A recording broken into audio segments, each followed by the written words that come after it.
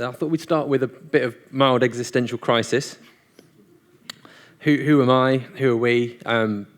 Hopefully you don't think of Savills as one of the dinosaurs in the industry. Certainly I don't, but if you do, here I am, living, breathing dinosaur. What is my role? I don't actually have a job title. In true spirit of innovation, it keeps changing. And I think that's kind of what I'm trying to mirror with this slide, is the fact that as property companies, as people, within our industry, we are under increasing pressure to reinvent ourselves more often. What do I worry about in my role? Well, my role is focused on innovation, I guess, but effectively as a shepherd within Savills, trying to guide the division that is property management into the future, trying to channel discussions between different departments and also informing things like system strategy.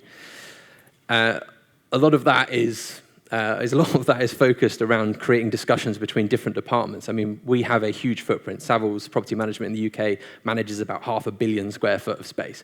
And a lot of that stock is not new buildings. A lot of that is old stuff. My concerns: how does the stuff that's coming into the new market affect that old stock? What's going to happen if big tech moves into our industry? The idea of people that come from well-funded, product-led backgrounds coming into the property space is kind of scary, because the approach that they might have to the way that we do things would be very different. Fortunately, they've got themselves tied up in the automotive sector, so maybe we'd have a little bit of time before we have to worry about that. Operators as well. I mean, it's great to hear what Julian is doing at British Land, but companies that we look at and sort of, I guess, glorify, like the We Company and Edge Technologies, what they're doing in the market is, again, very different to the way that property traditionally works. So it's interesting for us to consider their business models and the way that they're positioning themselves, creating the products that they do, against, again, what we do in traditional property management. Before this morning, I didn't worry about algorithmic design. That's now something that I'm concerned about, so I'm desperate to know how we can maybe use some of our management data to help inform those models. And apparently now I'm worried about bamboo as well. So, okay, so here's the question. I've come from a small tech background, so I come from a product management background. And it's really interesting for me to transfer those skills into property. Ridge, who's going to be speaking from LifeX as well, both her and a co-founder partner are also from a product management background. So it's interesting to see those kind of roles coming into property.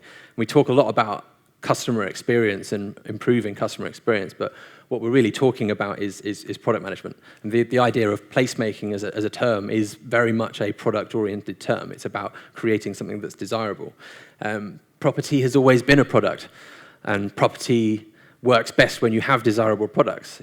People might want to live in a 17th century French chateau. We can't build any more of those. I mean, that's a very desirable property. I bet it's an absolute nightmare to keep it warm and to make sure that there's Wi-Fi in every single room. The reality of operating it would be horrendous, but it's a very desirable product. It's interesting when you look at the operator models like We and Edge. What they're creating and what they did with the Edge was they created a building that people wanted to visit from China.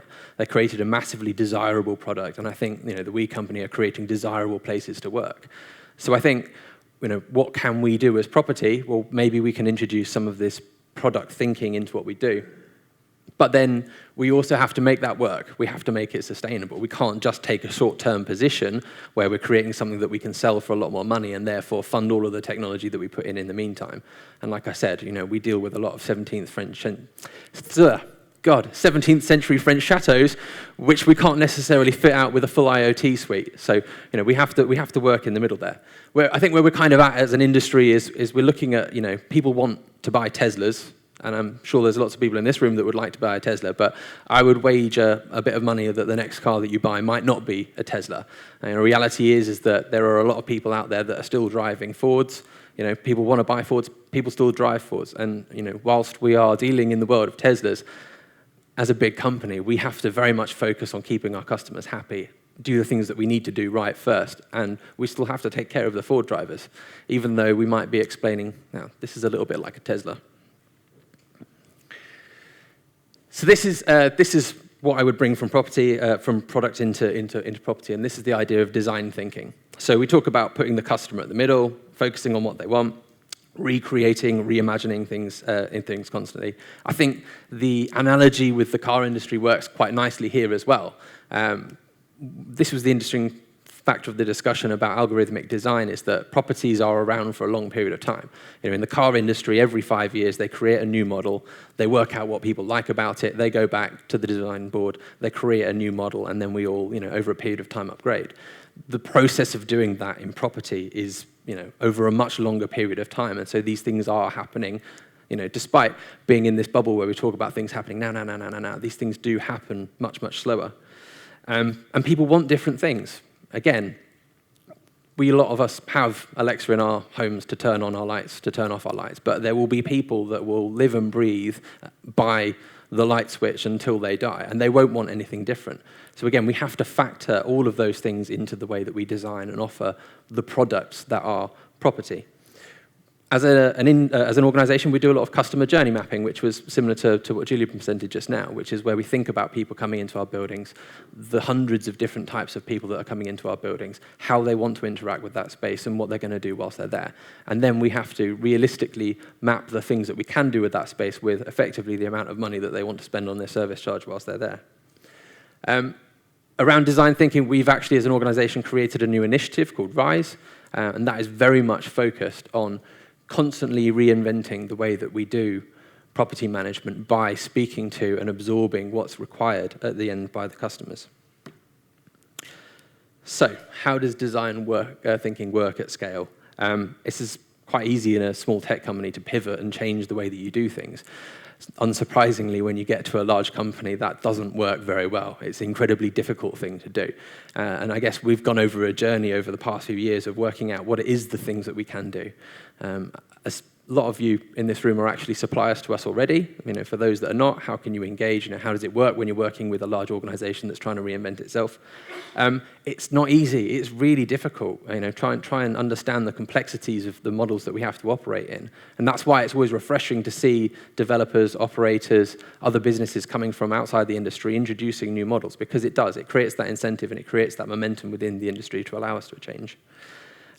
But effectively what we do is we're trying to shorten that design cycle. So, great modeling allows you to play with lots of different designs, work out what you're doing with them all the time. The same thing applies to our organization at a large scale. We're constantly trying to increase the ability and the speed with which we can make decisions and we can change what we do, effectively becoming more like a small tech company and becoming more agile. But, again, we work within the constraints of the service charge, within leasing structures, within the traditional ownership structures that apply to 17th century chateaus. So, where do we start? Where did we start? Firstly, we didn't panic. We know the pace is in reality glacial. Property is changing over a period of time. The average lease length is still 7 years. BIM, we were talking about BIM being the most amazing thing for management about 8 years ago, and we've yet to really make it work in management. It's still incredibly cumbersome and expensive to operate. This is where hopefully digital twin will take over and things will happen. But the reality of this stuff is that it does happen over a period of 5 years, 10 years. So we're not going to knee-jerk into this and make sure we have a good understanding of how we approach it. But we are looking at new models. Do we go into different business models? How can we reduce the disintermediation between the different parties? How can we be more joined up in threading a brand through from development into management? Are there little skunks works? Do we start incubators? Do we bring people into those models? And the fact is that these conversations are happening at a daily level within our organizations. What are the easier things that we can do? Well, we've recruited new roles. So thinking back to that product management example, CTOs, product leads, customer experience people, marketing people, we say place shaping, but these are effectively new roles that didn't exist in property that we now have within our organization. So those are good first steps. Developers as well. We have a team of developers that are focused solely on developing stuff for our property management department. I wish we had more of them. We've built 4 specific custom bespoke applications internally to add on to the property management systems that we have because we couldn't get what we needed from the market. We've integrated and introduced, renovated and upgraded about 30 different software platforms over the past 3 years. The scale of the change that's going on is huge, and I wish we could do more. But the reality is that these roles, are new. The industry's still getting used to it, and they are expensive.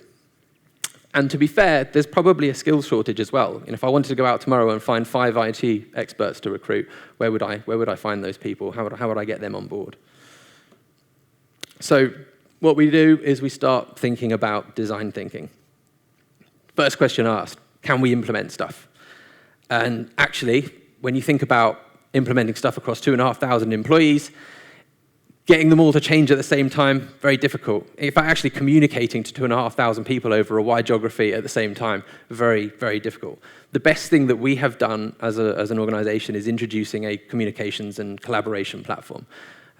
We introduced a tool that effectively allows people to have conversations about stuff in real time. The reality of that has been that when something good happens on a scheme in Scotland or in Amsterdam, within about 5 minutes, a scheme in London saying, oh, that's great, how can we implement that? How can we do that? And then we can also promote a bit of additional thinking within that platform as well. So we can ask challenging questions about the future of what we do, and people can discuss that in real time, which means that people that previously weren't necessarily involved at a strategic level are suddenly kind of influential in that. Learning management system, again, distributed learning. Train the trainer stuff is a nightmare at that scale. So being able to quickly add and train people has been a massive organizational shift and something that we've introduced that's been really useful. As well as integration at a data level. Like, again, those developers integrating all the time is great. RPA, where we can't do integration, any of those things. But making sure that we have a consistent and consolidated data platform is really important. And I would welcome the opportunity to talk to anyone, Julian, whoever it is, about how we can share that data back into the design process with developers, with people that build the buildings in order to improve the design and continue that, reiteration of property as a product. Following on from that, can we explore? Have we got the ability to be creative and innovative and play? And this really comes back to this is a culture issue. Like, most guys will pick a haircut in their early 20s, and then that's what they have for the rest of their life. Like, we are kind of prone to becoming institutionalized. It's the same in our job. In fact, we're all born creative. I've got a 2-year-old, and some of the things that he comes up with are brilliant, And it's a real joy in my role to be able to bring some of that creativity out of people that I meet. And we recently had some work experience people came in. They've never worked in property before. They haven't got a clue about it. But we had a little chat about some of the things that they don't like about shopping centres. And all of a sudden, within about 15 minutes of some opposite thinking, some analogy thinking, we were able to drive out a concept for effectively like an Alexa bubble, where you can go and take some respite from the crowded area that is the shopping centre, get connected with the products that you want, and get some directions to the store that you want. And that wasn't us feeding that into them. That was someone coming up with an idea and a concept. And actually, every single person is capable of this creativity, and it feels good to be able to do that. So we've been trying to introduce that into our organization. How can we leverage what is the disadvantage of having so many disparate people into turning that into an advantage of actually having 2,500 brains that can join in this creative problem-solving exercise. Again, our collaboration tool has massively helped on that, but we've effectively introduced tools and initiatives that encourage thinking about property outside of those traditional structures. And if we relied on quarterly meetings or tagging on 2 minutes at the end of every team update for what are the new ideas, what are the things we're trying out, we would never get anything done. So creating forum and space and encouraging people to think differently and taking them away from their jobs has been an absolutely critical part of changing that. We're very lucky in that we have a naturally very entrepreneurial culture, so it's not been too hard a push. But bringing people back from that sort of complacency of doing things as they do into realizing that things are changing. And then finally, do I understand? I'm actually really bad at this, despite preaching about this all the time. Just never make assumptions. Always challenge what you know. It's really easy to assume what a customer wants. And I guess, having that empathy for your clients, your customers, that's the really important thing of design thinking. And that's where data becomes really valuable. I mean, people say, do I need a data team? Do I need to be using BI? And everyone says, you get loads of data, it'll turn into money. It's like alchemy. It is become the new alchemy. But this is where data is really valuable. It's actually understanding your customer, and that might be through collecting things through sensors. It might just be through talking to them. It might be by recruiting someone that is a customer and bringing them into that organization.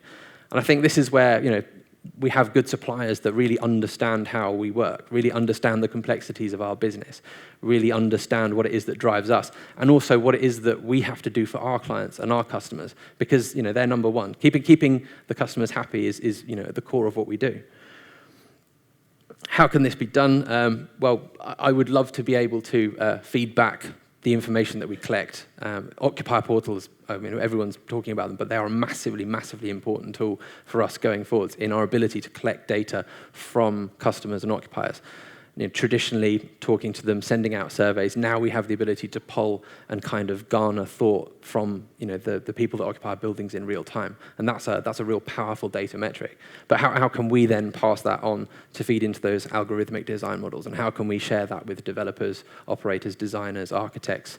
Certainly those are the discussions we're having internally and where we're becoming more joined up. But how can we do that in other places?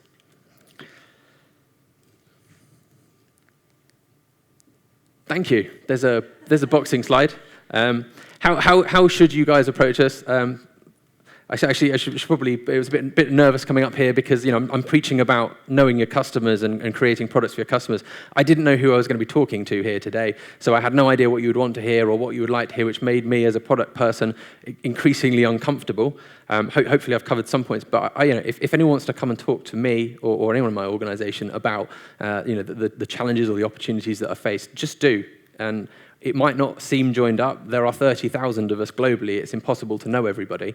But that's the thing. That's the starting point, is talking to us. But I would say just try and empathize with your customers as much as you can. Try and get a good understanding of the property market outside of the problem that you're trying to solve. And really, that's it. Focus on the problem that you are solving and understand why it is that your customer wants it. But yeah, there's 5 or 6 of you that are already working with us, so that's great. Please come and talk to me. Thank you very much.